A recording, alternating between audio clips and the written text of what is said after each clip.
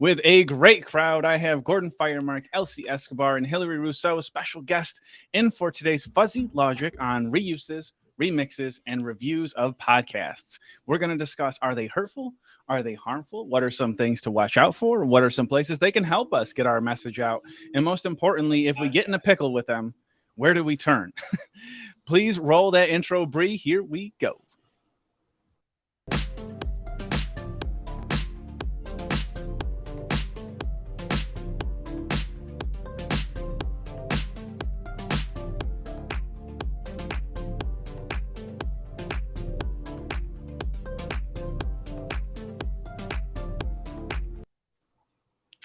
Hey, love all the intro music.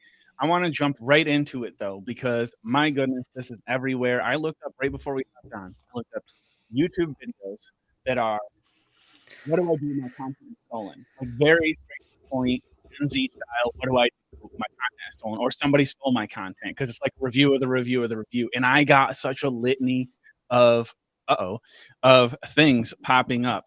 I'm being told my mic is out, so I want to hop right in though. Elsie, do you have a time that's happened to one of you or somebody you're close with? And let's go around quickly. Take like a 30, 45, 90 seconds. Give us a time, if each of us could, where that is in impacting you or your inner circle. Because I think it hits us legally, but it also hits us in the chest sometimes when it's us or our people. Oh, are you talking about just YouTube specifically? No, in general, a podcast, an instance where somebody is ripping off content. I know you have one that's really close to your heart that you've been following. But in general, a time where somebody went in and yoinked audio and didn't attribute it, or yoinked a video and didn't attribute it. Oh, a structure, an image. There's all these instances of reuse and remix that as a creator and as an intellectual property and just as a person sometimes kind of crushes us when it feels like they copy pasted us from any format. Right. Okay. Got it. All right. So at this point in time, I just want to shout out somebody that I really admire on social. Her name is Renee Brooks, and you can find her at Black Girl Lost Keys. That is her brand. She's on Twitter at BLK Girl Lost Keys all together. And she's been posting actually just the past couple of days about that this has been happening to her. And I think she's bringing this attention in terms of creators, right? So she's one of those folks that can write very succinctly. Her quotes are amazing, and she writes kind of incredibly as a tweet, right? So people take her words all the time, and they're very inspirational. But she has started to see that there's a lot of her screenshots of her quotes, of her tweets without attribution that are popping out everywhere. She actually, I think, Bree, you can share the thread that she posted yesterday where she took screenshots of just her words that have been shared over and over and over and over again on places like Instagram as a little square quote with zero attribution, with everything going to the people who are posting it. And it's really inspirational, and it hits home for lots of people. Same thing is happening on on TikTok for her, where there's some TikTok accounts that are getting hundreds of thousands of engagement for her quote. And she's getting zero from this. So something to be said about people profiting, even if it's not monetarily profit other folks, just visibility and recognition of the work as a whole.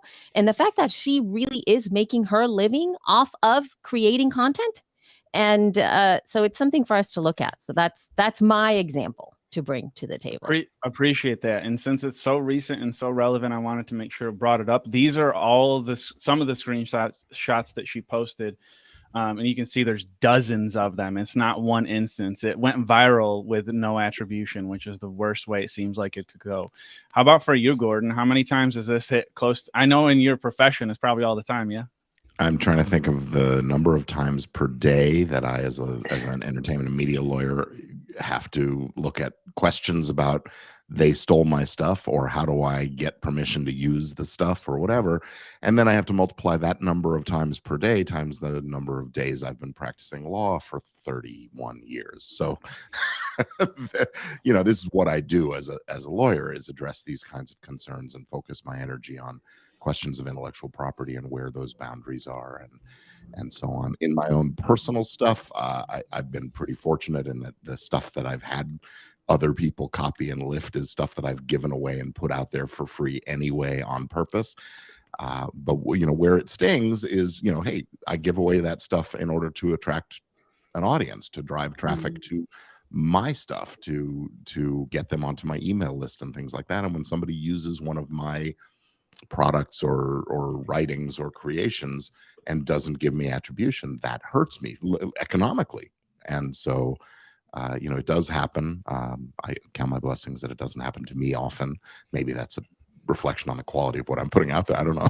But or on the JD at the end of your name. The worst person to copy is somebody with a JD at the end of their name. Yeah. So but it's there every day. Yeah, and I can't wait because I know we're going to be able to tap into those variety of experiences, whether it's in the I guess I call it traditional media or entertainment industry up in Hollywood where you are, all the way to us in our individual little closets shooting podcasts. It's happening all the time. I want to take a moment now to introduce our guest of honor, who is so gratefully joining us today, Hillary Rousseau of Holistically Speaking. Hillary, I've been told that you have a couple that have happened to you. Do you have one that was most crushing to you? And tell us a little bit about that, if you would, please. Crushing, I don't know. I would have to say, but when Bree reached out to me, I was like, oh, girl, welcome to my world. I mean, I've been in media for, 25, almost 30 years now. And in this age of social media, it is so common to see this happen because it's almost like, what I was thinking about it before I came on today. I was thinking it reminds me a little bit of WebMD. When you're feeling ill or something comes up, you instantly want to go to WebMD to check to see if that you have that thing, or Wikipedia. But in this age of social media and really living in this global village, meaning everything's available to us at the touch of a button, it's really easy to become misinformed, even though you think you are becoming informed, if that makes sense. And for me, this happened in the last year, which really made me see how powerful the internet can be. I was considering working with a marketing company, and I've been on TV for, since I walked out of college, and they gave me some examples of how they would repurpose some of my video. And I said, send me some examples. Let me look, because that's being smart in our business. And they sent them to me, and I was like, okay, let's keep working on them. But what they wound up doing, I was kind of scrolling through TikTok. They posted my videos without my permission. They did not give me any. They did not credit me at all. So, and these were with some bigwigs, by the way. These were like the big people in the health and wellness and holistic world, the Jay Shettys, the Dr. Mark Hymans, a lot of people, all these people that in this field that I work in, and none of them are getting, are being credited, and that's bad. That's bad. Yeah. And I instantly reached out to them. I was like, you got to take that down or you credit me. That's awesome that you did it. And it leads to a pretty foundational question to this whole discussion that I'll ask Mr. Firemark JD to jump in on a little bit, which is when you get in that moment, when we reach out to YouTube, when we reach out to Facebook, when we reach out to even maybe our own labels, if we're a musician, all the different places, or our host, if it's a podcast, who would we reach out to, and what is it called from a legal standpoint? Any power? Do we have power to get that down, or is it just up to the private company to do it? That is a great and vexing question, because these companies do their best to sort of, I don't want to say it's an active concealment of the contact person, but they have to guard their resources pretty carefully. And if you reach out to YouTube or Facebook, Meta, and I've never even tried with TikTok, but I imagine that they treat it the same way. It's very hard to get in contact with an actual person. You may be dealing with an AI. You're often dealing with a web form or something like that, and some Probably a pretty low level person is reviewing the initial intake on that stuff, and they have a set of formulaic responses. I had a situation just yesterday where my client was reaching out to a podcasting platform over the choice of the title of someone else's show that infringes on her registered trademark for the title of her show. And it wasn't a, hey, please take this down, because trademark law doesn't have the same mechanisms as copyright law does. But what she did was she wrote to them saying, hey, I can't track down a contact for the person responsible for this podcast. Would you please forward this message? And their response was, we don't take down things. And that was all that, it wasn't, they didn't even read the whole message. So that it is a real problem that we confront. So who are you trying to reach? Well, when I do it, I tend to look up who's the general counsel of the company, and I write it to their attention and let them delegate it to the right person in the company to deal with things. But it's hard to do. And, again, I have that lawyer letterhead on my side when I write that letter, so it does get some attention. But not everybody can do that. And on a do-it-yourself level, you are often stuck with the form on the website, or you search in the privacy policy or the terms of use for the site, and that's where you find the contact information for complaints. Gotcha. I appreciate that insight, and I want to just jump on it before we move off it, Gordon. Is that something that, if that's happening to us right now, or happening to somebody that's listening or watching right now, they can, like, that's an area you're pretty cozy with, right? So somebody could, not to over promote you, but also to promote where it's going to be helpful, is if somebody's concerned about that kind of thing, it's cool if they reach out to you. Yeah. Yeah. I mean, look, I have to make a living. I have to guard my resources a little bit. So, but if you're having trouble and encountering problems, shoot me a question, and I'm happy to try to point you in the right direction. If not, do it for you. Yeah. And potentially get involved from a service level. That is, like you said, what you do. So I just want to point out that, like, not only do you have this knowledge because you've researched it and studied it, but also it's an area that you can actively support someone in. Absolutely. And have the credentials to do it, which is awesome that we have somebody like that here. Speaking of having the credentials, Elsie, when it comes to the podcast industry, specifically, if we just narrow right down into the place that is your heart, your soul, the place that you helped build, you and Gordon have helped build, but really you at Libsyn especially, I would imagine, have been at the core of these questions arising sometimes, because it didn't exist before Libsyn, because there wasn't a podcasting before Libsyn in a lot of ways. Is this something that you all face, and how do you hear it being talked about, if at all, in the podcast industry, in the circles that you run in, which are the circles of podcasting? I think when we hear stuff that has to do with attribution in terms of podcasting, it really has to do more from the musical perspective. And as I'm talking from the industry side of things, I'm not talking about from the creator side of things.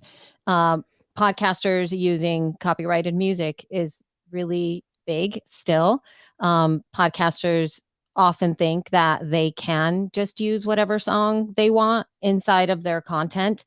And, platforms right now, especially Spotify, because they do have like robots working at this stuff, often find bits of songs that are not to be used inside a podcast. And they do send DMCA takedown notifications of certain to Libsyn, so that we have to take, whatever, when they are like that kind of a legal thing, those are taken down, or that conversation is shared with the creator, at which time the creator can kind of take a look at what's going on and really see whether or not they actually have the rights and all of that. There's conversations that go back and forth.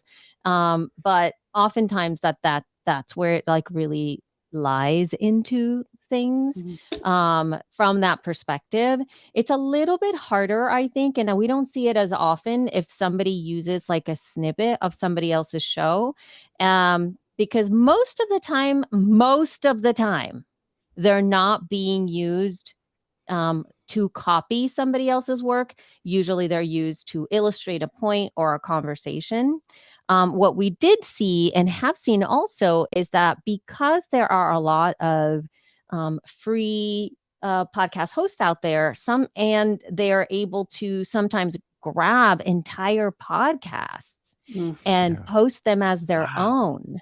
And then they start to monetize the entire feed, which is one of the reasons the block tag for RSS feeds has started to be implemented in a lot of podcast hosting platforms, because this started to happen. People were sort of grabbing that RSS feed and then just starting a podcast with it's exactly the same thing, right? It's a clone of the feed, yeah.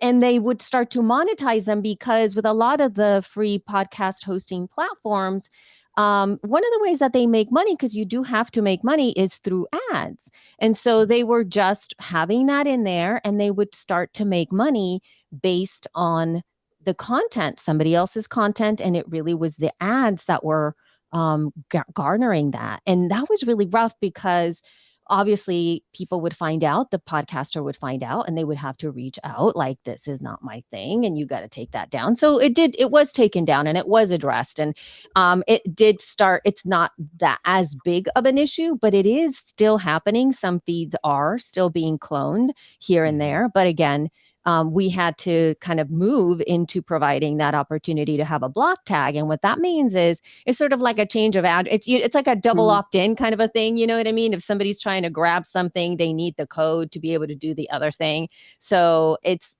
like that. So you can't just redirect without showing ownership of your feed. And it's essentially what that block tag does. It just prevents somebody from redirecting that feed without proper paperwork, if you will.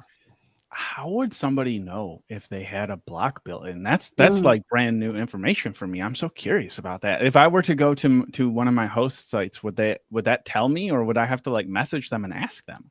To ask them what? To block the? Usually it's in the way that when you start to sign up for accounts, it's a setting. Yeah, it's a simple setting. It's not like block my feed. It's nothing. It's it's very simple. It's not as scary from the content creator, and it's built into the platform, so it's nothing scary, right?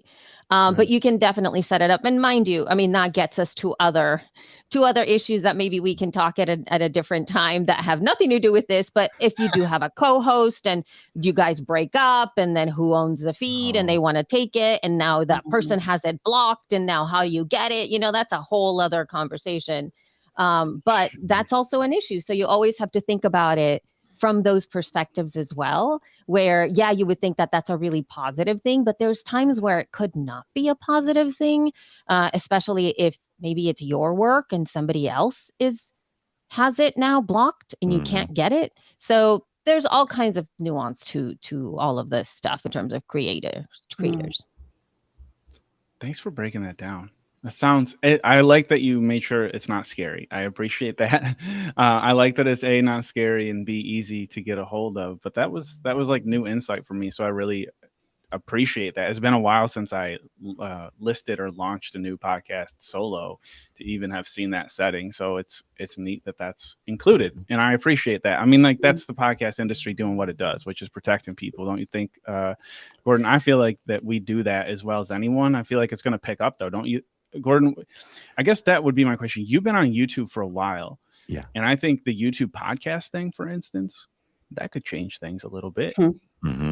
Well, YouTube also has those algorithms that spot the infringing music and other material, and they have that as a it benefits them, because being able to know what's where on their service allows them to monetize with advertising. It also allows them to protect themselves against problems from the record industry, the music industry, that they've made deals now that says, hey, if you spot music in your content, monetize it and give us a portion of that money. And so that's how they go about that.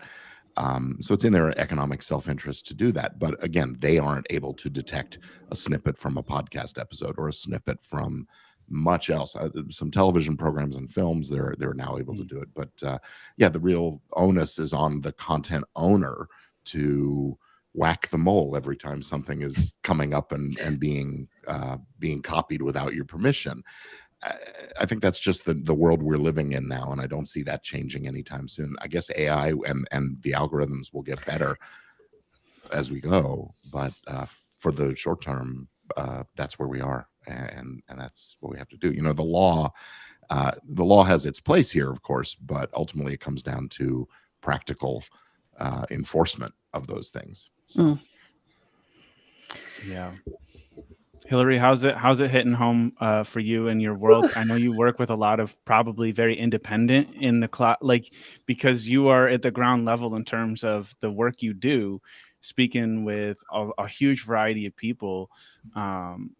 Is this a scary topic for them? How does it hit with them? And how does somebody whack the mole when they're kind of running solo, in your opinion? Because that is like, that's a lot. So want to whack them all. sounds like a weird euphemism. You got to be careful. Yeah, right. Right. Call my lawyer. So do you mean as far as on the health side of things or in the media world that I'm in? Because those two things really fuse together. Which side? But yeah, I would say yes. That is your heart. The health side? Well, the both. I think the Yeah, world that I mean, you exist in is the between. So absolutely. I mean, your passion and purpose becomes your profession, right? That's kind of how I mention it. But for me, the problem and I just had this conversation yesterday, especially with the chat GPT. Now there's all this talk about them trademarking. Chat GPT is trademarking. Yeah. This could actually, and I'm sure Gordon has heard about this, but there's also those folks that are in the creative writing that this could replace them. And I'm a creative writer. I mean, I've been a writer for 30 years as part of my broadcasting work, but I'm not too worried about it because I think there's always going to be a face that people want to identify with. But even that's an area where we're seeing all this AI where there are public speakers that are artificial intelligence. And it's like, okay, that's not a real person. There's no emotion to that, but we're still buying into this, which is kind of crazy. And for me, I can't see the practitioner side of my business being replaced because I know if for therapy, you kind of would like to talk to maybe somebody who is trauma informed and actually knows what they're doing for a living. If they're helping you in your emotional well-being, I sure hope so. And on the other side of things with my media, you know, with the media side of my work, be it the podcast, holistically speaking, be it any of the shows that I do host outside of the podcasting world and television, I do find it to be quite, I don't want to say aggravating because this goes back to what you said, Gordon. Finding the person who maybe published it might be hard for some, but that's what I did with that situation where I saw my stuff on TikTok. I think the first thing to do is come from a place where you're not reacting, but rather take a step back and breathe for a second and see where is it? Because the more in chaos you are in your mind, you're not going to get anything done. You have to be in a place of calm, first of all, and try to hone in on where the source is. Like, what is the source of this and what the intention was? Now, going back to what Elsie was talking about with, oh my gosh, didn't even know this girl, people stealing podcasts like to that capacity is scary. I think it's really coming from a place of understanding what your own intention is. Always understand your own intention and what are you looking to get out of it from having that information? Because we can't be responsible for what anybody else does. We can only be responsible for ourselves, right? So look, there's two sides to it as well. You should be, what do they say about imitation is the highest form of flattery, right? So sometimes when I see my stuff out there, I'm like, cool. I'm obviously reached a point where people are using my material or want to hear my voice or like that sound bite. And I might kindly reach out to them if it's like an Instagram post or a meme or a quote. And I did that actually the other day, which is something that I learned from Elsie about SpeakPipe, right? Yeah. For that, because my last episode was like killer because of SpeakPipe. And I mentioned it in a comment and the person wrote back, "Oh, we found it from you." And I was like, that moment of just being acknowledged, because it goes back to being acknowledged, might be all you need, right? But if it's something that's level up and it has to do with health and wellness, I'm like, please credit, because are you getting the right information? Mhm. Maybe they need to know a little more. Don't just leave them and like drop them with something and then they don't have a source to go to. If you're going to use me as the source, refer back to me so that person can reach out if they have questions. Don't just drop it, right? And that's helping, that's making it a collaborative effort, a collective. Aren't we wanting to be part of a collective, right? Mhm. So that one extra step can make a big difference if somebody just says credit so and so, in my mind. And you're welcome. Yeah. Yeah, no, Same credit where platform credit there. is due. Attribution Yeah. is huge. It Yeah. isn't the solution to everything, but No. it's certainly a great step forward. And Yeah. it's the honest approach. The intellectual honesty behind it Yes. is really key. Um, and I think that's ultimately, if you're not doing attribution and eventually you do get caught as being someone who knocks other people off or passes their stuff off as your own, that ultimately it hurts your reputation, Yes. or it can at least. And I think as a trained journalist, ethical journalism means talking about your transparency about your sources, maybe not identifying a confidential source, but that you have sources is an Mhm. important Yes. component. In fact, that's the first thing I tell my students. I'm a college professor as well, and I teach journalism and I teach communications, and I've been doing Mm, it for 10 years. I teach what I do, right? And they get the benefit of also having a mental health practitioner as their professor as well, because they get tools of how to like deal with the calm and whatnot. But on the journalism side, I will not accept anything from them unless there is a source at the bottom. You send it to me without a source, we have a problem, because that's lazy, and it's also saying that and a reputable source. Mhm. yeah. That's another thing, because I don't want you copy and pasting and ripping something. I want you to use your brain, and I want you to rewrite in your voice, because that's the Mhm. other thing, is rewriting in your voice, right? And I'll tell you something that really triggers me, and I know it's kind of humorous and it's all over the internet, but y'all, Morgan Freeman and Keanu Reeves did not say all those things. Okay, how many quotes do we see out there with Morgan Freeman's face and Keanu Reeves? Enough already. Well, I love the Enough ones where it's already. Abraham Lincoln talking about Right. social media. Those Sometimes kinds I of do things. that with intention, because I'm like, Yeah, Yeah. yeah. y'all are ridiculous. Keanu, I would give more credit to Oprah saying everything, right? Yeah. Before we just let's just let Oh Morgan my and Keanu god. have everything. Yeah. Yeah. It's ridiculous. It's not doing the Well, research. Yeah.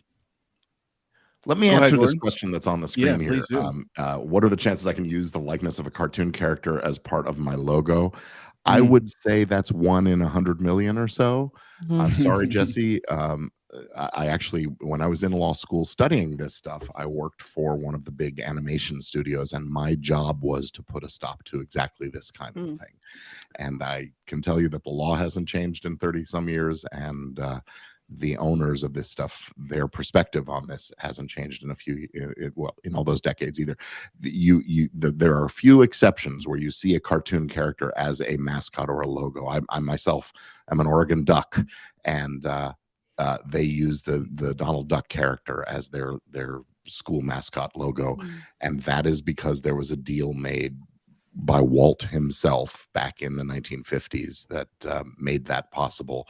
And he for whatever reason, he had some affinity for the Oregon school and decided to let them do it. But that's the exception rather than the rules. So you can go ask. It can't hurt to ask, but don't be surprised if the answer is no. Unless it's a 100-something-year-old character, then maybe you can get away with it.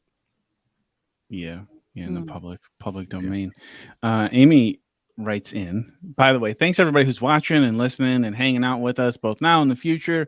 We have such a great group of people who are with us every week, and some people that pop in, and we are beyond grateful because that helps this discussion stay alive when we are not live. And that is why we are all here, is not to resolve all of podcasting or media's problems, but simply to make sure the warm fire stays lit under really, really important issues that we especially in podcasting, are in a place that we can still have an impact on. And Amy is at the beginning-ish of her podcast journey. So I love hearing questions from her. She's about a year in. She's got some sponsors. So she is like the ground level podcaster in terms of the people who are facing a lot of what we talk about and probably can take away the most in a lot of discussions. So thank you, Amy, for writing in. How about resharing social media posts? I do share posts, but I wouldn't without giving credit. I always tag the original poster. I do it to promote them, not myself, which makes perfect sense. But that is an interesting question. Any take on specifically that beginning part of like, where does that line start getting hazy? It's very interesting because, Twitter made it super easy with the reshare quote tweet stuff. You can get quote a tweet, and a lot of people have been doing that. And it's something that culturally started to take form, right? In the massive exodus that folks are having from Twitter, I've been using a lot more of Mastodon. And Mastodon is a very complex platform in a lot of different ways. There's a lot of things that are different about it. And there's a lot of things that are very simple about it and that it's super easy to use. Now, one of the fundamental philosophical differences from the OG Mastodon users is that the quote tweet, if you will, it's not a tweet, it's a toot on Mastodon. I'm not joking. And they don't allow for a quote toot, if you will. They just have something called boosts. And so boosts are essentially what a retweet is on Twitter. And so the only way that you can amplify somebody's message is by boosting that person only without commentary. And their thought about that is the fact that most people on Mastodon, the whole realm of that was to get conversations going. And they felt that if you are quote tweeting or quote tooting, then it would really move away from the conversation with the original poster. And you would be essentially starting your own conversation, commenting on the person, but not commenting to the person, which is what they wanted. They wanted somebody to comment to me, respond to me versus responding to the public and just using my content. Now, that is changing because there's a lot of people who are coming from Twitter who are used to wanting quote tweets, right? And so there are some instances, because that's the way Mastodon works, where, and I believe now to the core Mastodon possible new release, maybe it already has happened, it's going to allow for that quote toot functionality at some point, maybe, kind of, sort of, is what I've heard. Please don't quote me on that. But there is a need, because you can see that there's sometimes a good reason for doing that. Like for me, I just, did a live event. And if I see somebody promoting that live event, like if Libsyn promotes the live event, for me, it'd be awesome to just like promote it from my account, but using that original tweet, because what we want is for people to know that Libsyn's putting that on, or at least that's what I want, that Libsyn's putting that on, but I'm in it. Mm-hmm. But I don't want to have a conversation I don't want to have a conversation with that. So I see the benefit of it. That's my take on that. You appreciate that. It sounds like Amy is a fan. I am also of the fan of the concept. I've started to dip my toes into the Mastodon world. It seems like if people are there, especially if the podcasting community is moving there, that is a place that I want to be. So it's cool to know that that's a place that we can go if Twitter makes us uncomfortable for any reason. And there are certainly a variety of reasons that someone might be uncomfortable right now. It seems like there's confusion around where money goes and how money is used on the platform, which is great that that's a question, because nobody ever stops and questions Facebook or Meta or Alphabet, Google. It's very rare that we get questions about where is the money going and how is it being used behind the scenes that then impacts some of those retweets, impacts some of those algorithms. So I couldn't be a bigger fan of Mastodon's social networking that's not for sale. Like, that's a pretty big statement, and I really like it. That's really, really fantastic. I want to toss it really just out to the group right now at this point, because the Twitter and Mastodon thing, to me, brings up such a host of possible pieces for a podcaster specifically, since the name of the game, if you follow podcasts about podcasts or industry podcasts, whether it be with Libsyn or She Podcasts or with Buzzsprout, where I follow some things as well, the podcast about podcasts is constantly a question of searchability, of visibility. And I think as a common podcaster early on, especially, I felt desperate because it seemed like attention is what I was supposed to be seeking. And some of these platforms that do things that maybe don't feel as good when it comes to attribution, even, and when it comes to giving credit to creators. Does anyone have any strong feelings that they want to share on that? I just kind of want to throw out an open-ended question, because I think this is a time in history that we can, like, it's okay to get on Facebook and get on some of those platforms right now. They're down. I want to get them.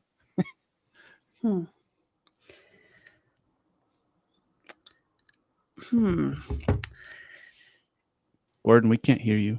You're muted. You look great though.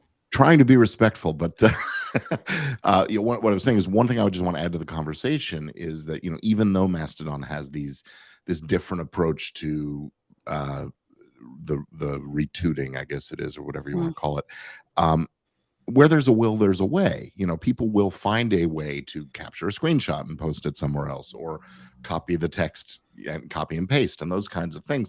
So it's really incumbent on those of us who know or understand this on a little higher level to educate everybody else on, so that the will is to do things the right way, rather than just, what's expeditious and what feels good in the moment.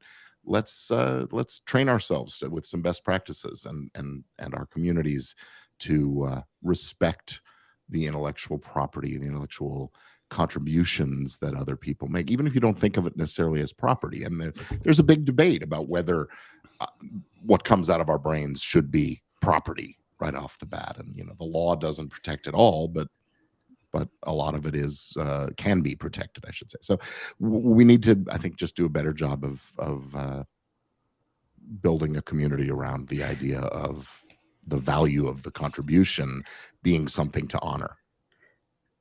I love that. Can I play off of that a little bit? Please. Gordon, that's awesome. This, I think, goes back to the whole idea of really the collective and the community. And if we look at things that way, and we see that somebody says something touching, moving, and or inspiring that really resonates with you, that you are so taken by it that you want to share it. Well, good gosh. I mean, already right there, you've been impacted by it. You want to share it with your community. Imagine what can happen if you start collaborating with that person that you shared it with. And I'm not saying like every person that you tag or reference. I mean, I could tag Mel Robbins right now on a million different posts because I love her content, or Oprah or Jay Shetty. They're not going to be like, oh, let's do something together. They might at some point, who knows? But I'm just saying, even with the smaller folks, like the independent podcasters, the people that are looking to build their coaching community, or anyone that's an entrepreneur, business person that's just looking to have a good vibe around them and have good people around them. If we start focusing on the collaboration possibility by, wow, I love what you shared, Gordon, that was amazing, and tag you and just have a conversation, send you a DM. Love that. In addition to just reposting, then you're not only just reposting and maybe tagging the person, you're being like, love the content, love what you share. And that's encouraging me to do more of it, And which it's is also, the whole yes, right, essence of why we have intellectual property law at all, is to foster the creation of more stuff that grows the I don't even know what the word I'm looking for, but you know what I'm saying? We expand the conversation. We're fostering something positive. Yeah, and absolutely. In that way, I'm encouraging and hopefully inspiring you to keep doing what you're doing. You don't need my validation, but it's nice to be validated. Absolutely. And then in turn, you're like, I dig what this chick's saying. I dig what this gal's saying. Maybe we foster a relationship and a collaboration, and before I know it, Gordon and Hillary are doing something where we're helping each other out. And I have to say, like, there's so many communities like that I've come into, one being She Podcast, because of that. And I know that it comes back to community. It always comes back to community. Y'all, we can't do things alone. It just doesn't work like that. So let's lift each other up. I'm going to use one of those expressions. I don't know how to attribute it, but a rising tide lifts all boats. So if we all try to do better, everybody around us will also try to do better. And I think Morgan Freeman said that. Sure wasn't Abraham Lincoln. Or Keanu, I'm not sure. it would sound almost as good as when Gordon says it in that perfect podcast. Oh my God. pitch. Absolutely. That's hilarious. Absolutely. Now somebody's going to grab that snippet of me saying it, right? That's right. Yeah. As long as they tag you, you're Be my okay. guest. That's great. But that definitely touches on it, is connection and collaboration and building community. It's all about that. Is there ever a time when you all think it could help? Elsie, I want to flip it your way. Is there a time when it can help? Is there a time when this would be appropriate, when you would look at a situation like we've discussed today? Like, I'm going to ask a weird question, so be prepared.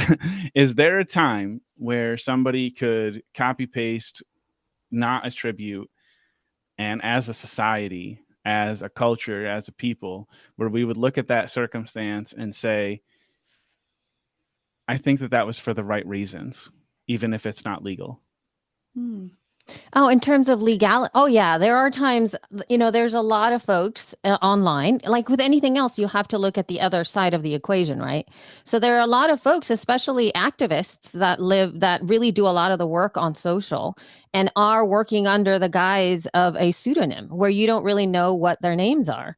And you have, a little cartoon kind of thing or as their little avatar, and there is a name that isn't really a proper name, right? And the movement itself is the thing that you quote at times. It's that ability to be able to put that stuff out there, simply because a lot of the work for activists, it can at some point be threatening, life-threatening, dangerous for them to keep a sense of privacy for themselves. Now, even in that light, though, you would still need to be able to at least quote the movement, if you will.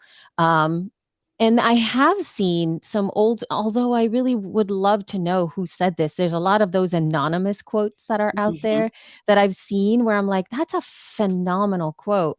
And I haven't been able to find who said that thing, right? And it would be great to be able to know who said that thing, because there's been a couple of times too where there's something that somebody said that I'm like, ooh, that's really great. And that really hits home. And then later on, I'm like, I'm not sure that I really like that person anymore. You know what I mean? I'm not sure that person is somebody that I want to be quoting, even though the quote is great, right? That's so fair.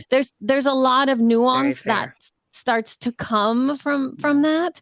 So I think it's a double-edged sword to some degree. And there's also like, okay, so this has nothing to do with the question that you just had, but it's somebody that, so I wrote a piece at the end of the year that was talking about my experience doing the feed for, year number 9. And I had some thoughts around it. It was a little recap for the end of 2022.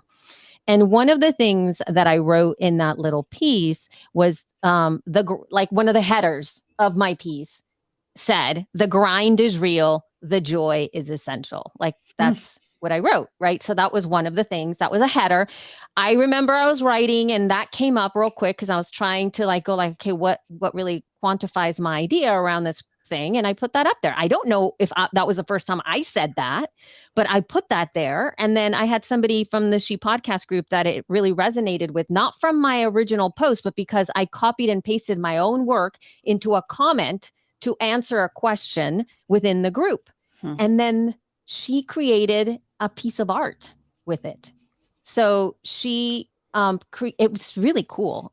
Well, she wrote that, and then she actually wrote the opposite, which I didn't say, beneath it, that says, "The grind is essential, the joy is real." And so depending upon how she's feeling, she'll turn it around, and she has the opposite moving on it. And I thought, oh, that's so neat.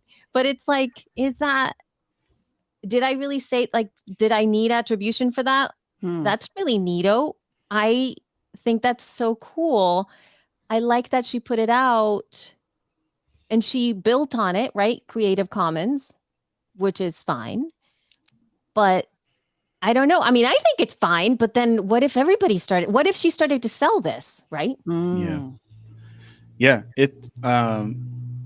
that is a really, really fantastic example because it brings in all of the elements of media all at once. You have the text, which is the quote. You have the visual, which is literally like basically all the social platforms. And we haven't even touched the fact that you could overdub it on a program like the script or many others. So it can get out of hand really quickly. If, like we said earlier, that Gordon mentioned it, the first person kind of has a lot of weight on their shoulders of who was the first person to not do it, because that is potentially where it's at. That brings us back around to podcasters, because this is a growing industry. So anytime I think of the greater media discussion, the greater journalistic history, it's like we are building on the shoulders of giants who have had some of these problems before, which is great because it means we're not doing it alone sometimes. And one of the growing trends in podcasting is review podcasts. I have talked about doing it. Elsie, I think you've talked about doing it. I've heard it in a lot of places where people want to, because again, that visibility piece and helping our friends and the people we love to listen to, helping them get more listens by providing a review, which is very similar to what socials are doing with things like remixes and things of that nature. And that brings up what is, I think, going to be a burgeoning issue in podcasting, which is fair use when it comes to reusing that content. If I do a review podcast, can I just play a clip of somebody's if I'm going to be talking about them and promoting them, and I'll pass it down to the man with the law, the lawman. Hillary, you've got a journalism background here too, so chime in. But I'll say that the answer, whenever you're talking about fair use, the answer is maybe, sometimes, sorta. And it depends, as the lawyers were trained to say. It depends, right? Because there are a lot of different factors to consider. Just as a little bit of background, fair use is a free expression driven exception or defense, really, to claims of copyright infringement. We as a society value certain kinds of conversation and discussion and free expression. So we've created this defense that says if you're doing it for the right reasons, under the right circumstances, it's not infringement. Purposes like criticism, commentary, news reporting, teaching, scholarship, research, that's the kinds of things we want to promote and foster by sort of taking the infringement consequence out of things. But in order to evaluate it, you have this complicated multi-factor test that we have to go through. None of the single factors is dispositive. And this is where a lot of the misconceptions come up. The I'm not making any money from it is not one of the factors. The well, I only took 4 bars. Well, there's no rule of thumb. It might be less, it might be more, depending on the amount and substantiality of what you're taking. What is the nature of what you're doing, the purpose and character of the thing you're doing? If it's journalism or cultural commentary and criticism, that's where reviews come in. It's criticism of the film or of the podcast episode or of the music or whatever.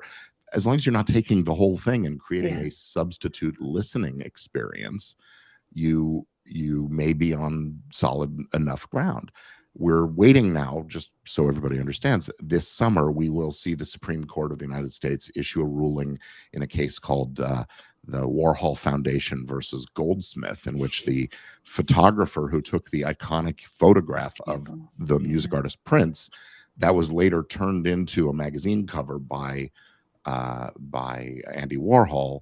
And there's a dispute over whether or not the later reuse of that image amounted to copyright infringement or fair use. And so the Supreme Court's going to give us some answers on how transformative does something have to be in order to be fair use. I'm sorry, Hillary, it looks like you're ready to jump in. No, I'm fascinated by this, and I'm so glad we're talking about this. And I love the link that was just added about fair use and the copyright. And Gordon, you're a wealth of information. It's really helpful, even for me as I sit here. So I just had a conversation yesterday with one of my clients. I've been hosting a health show, a travel show for CVS Health and Aetna for the past almost 4 or 5 years now. And we're getting ready to focus on mental health because Mental Health Awareness Month is in May. And one of the things I was asked, because I'm so present on social media on pretty much every platform, is I did a video that there's a big trend right now with there's a lot of trends out there, but I did a video that was trending And they were asking, my producer was like, can we use that in the video as B-roll? And their fear and their concern is, can we pull this from your TikTok? Which, by the way, TikTok is not my platform of choice. I came to it like 2.5 years too late, but I'm still on there and I repurpose. Can we use your TikTok within the B-roll? Is it okay? Is it a fair use issue? And I'm like, well, people are ripping stuff all the time. I mean, you see it, all of these different platforms that exist, these handles that exist, where they're pulling all the greats that have these moments where they're saying something. Mhm. And I don't really know the answer to that. I imagine if it's on my TikTok, if they use it as B-roll just to show that I did something, it is fair use. Well, it's not only fair use. You're in a position to grant them permission anyway.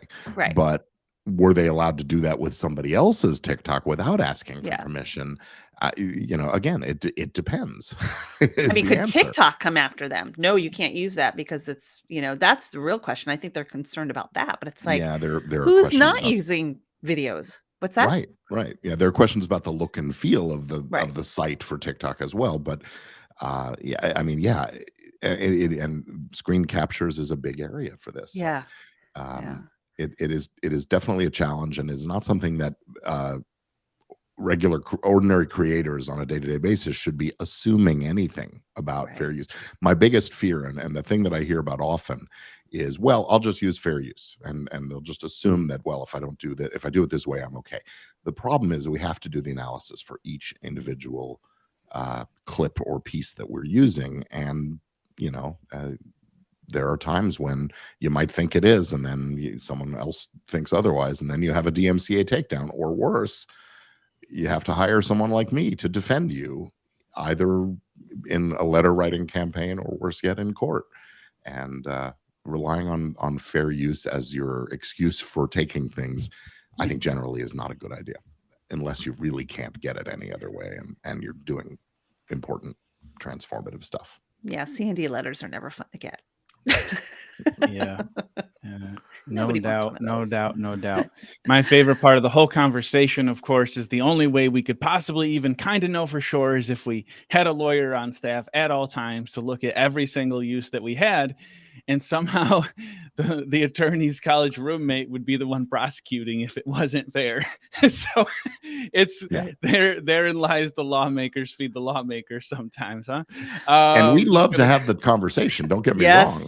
Yeah.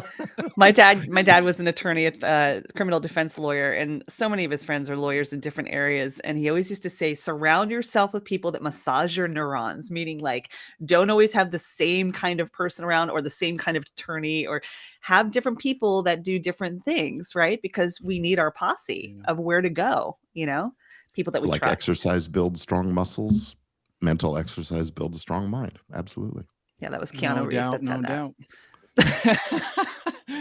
As we get close to wrapping what has been a lively and fun Bray, could you put that on the side pretty please? Thank you.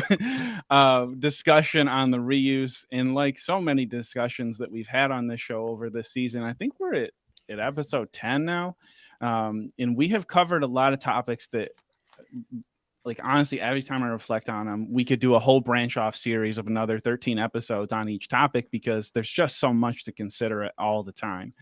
I want to start wrapping with a theoretical, and I think y'all are going to like it. So I'm going to give this one to Elsie, because we are getting close to wrap. So Elsie, I'm going to let you take this one. And I would love it if you could provide maybe a couple of creators who we should follow and attribute and share, because one of the great benefits of the remix, reuse, and reviews process is if you go about it the right way, and if you attribute where attributes do, maybe you even invite someone on like Hillary to have a conversation with you, all of a sudden it becomes very above board and could potentially really help them. And I think in the world we exist in with podcasts, there are so many worthy people. There are so many worthy sources of information and knowledge and hope. And you are someone who I would trust to guide us in the right direction about people like yourself who I want to go retweet, or I want to go onto Mastodon and retweet after this. And I would love to know if there's somebody or a few people that you would like us, or even a repository, a directory that we should be going to and looking to, because I want to help promote some people with this topic today.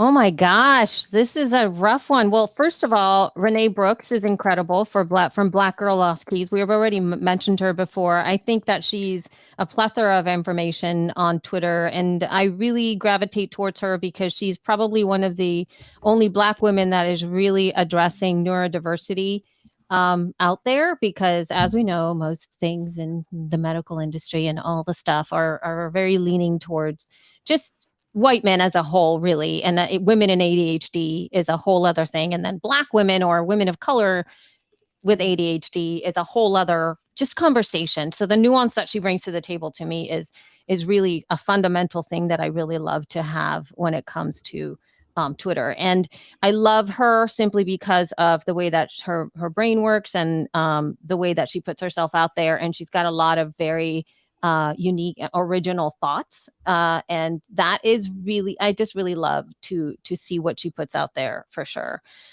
So that's where I'm sticking it at now, because there's many more people that I follow, but it's like way too many thoughts in my head. So she's top of mind just because I've been reading her stuff. So that's for me. That's what I would say. Love it. Did we lose Trevor? We might have lost Trevor, or maybe I'll just say, my my cat bumped us. Go ahead, Gordon. Oh, well, you're Yeah. You got the mic. the workshop that's on the screen was last week, but it'll be coming around again. So you can click on that link and it'll take you over to a wait list page, I'm pretty sure. And we'll get you the next time through. So thanks. Yeah, absolutely. Hillary, anyone you would like to aim for you? Because again, this is a tool as well. This is the part where it's helpful. So I want to take this opportunity as we wrap, within all the concern and potential fear, to also use this as a great resource when we use it the right way, like all good tools. So are we talking about in the podcasting world? Yeah, hit me. Or any creator that you think is really making an impact. It's the year of... Oh gosh, so many amazing creators that I feel so inspired by. But hey, I'm going to throw it back to you, Else, because I love the feed. I love the podcast. I'm learning so much as a Libsyn host and user as well.